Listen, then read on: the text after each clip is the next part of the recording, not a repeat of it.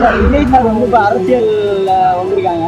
இப்போ அதை பத்தி நீங்க உங்களோட கருத்து? நண்பர் அரசியலுக்கு வந்தது ரொம்ப சந்தோஷம். மக்கள் அவர் மேல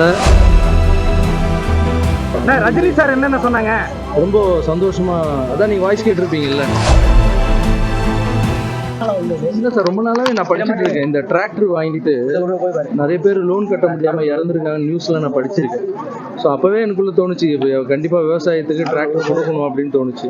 அப்புறம் ஒரு குடும்பத்துக்கு கொடுத்துட்டு ஒரு குடும்பத்துக்கு கொடுக்கறத விட அங்க இருக்கிற ஒரு நல்ல சமூக சேவர்கள் யாரும் அவங்க செலக்ட் பண்ணி கஷ்டப்படுற விவசாயியை செலக்ட் பண்ணி அவங்க மூலியமா அவருக்கும் பயன்படணும், அவர் டைம் யூஸ் பண்ற டைம் போக மற்றவங்களுக்கும் ஃப்ரீயா கொடுக்கணும். ஸோ எல்லாரும் பயன்படுத்தலாம். ரஜினி சார் என்னென்ன சொன்னாங்க? ரொம்ப சந்தோஷமா, அதான் நீங்க வாய்ஸ் கேட்டிருப்பீங்கல்ல, அவர் வந்து மனசார வாழ்த்திருக்காரு ரஜினி சார். ஸோ குரு, ஸோ அவருடைய வாழ்த்து வந்து எனக்கு பயங்கர உற்சாகத்தை கொடுத்துருக்கு. அவருக்கு என்னுடைய நன்றி. திரைப்பட பாடலுக்கு இளையராஜா வைரமுத்து இசையா மொழியா அப்படிங்கிற ஒரு கருத்து இருக்கு.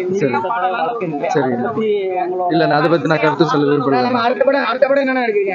அடுத்த படம் அதான் பெஞ்ச் இருக்கு. சொல்லிட்டேன். விஜய் சார் வந்து இப்ப அரசியல்ல வந்திருக்காங்க.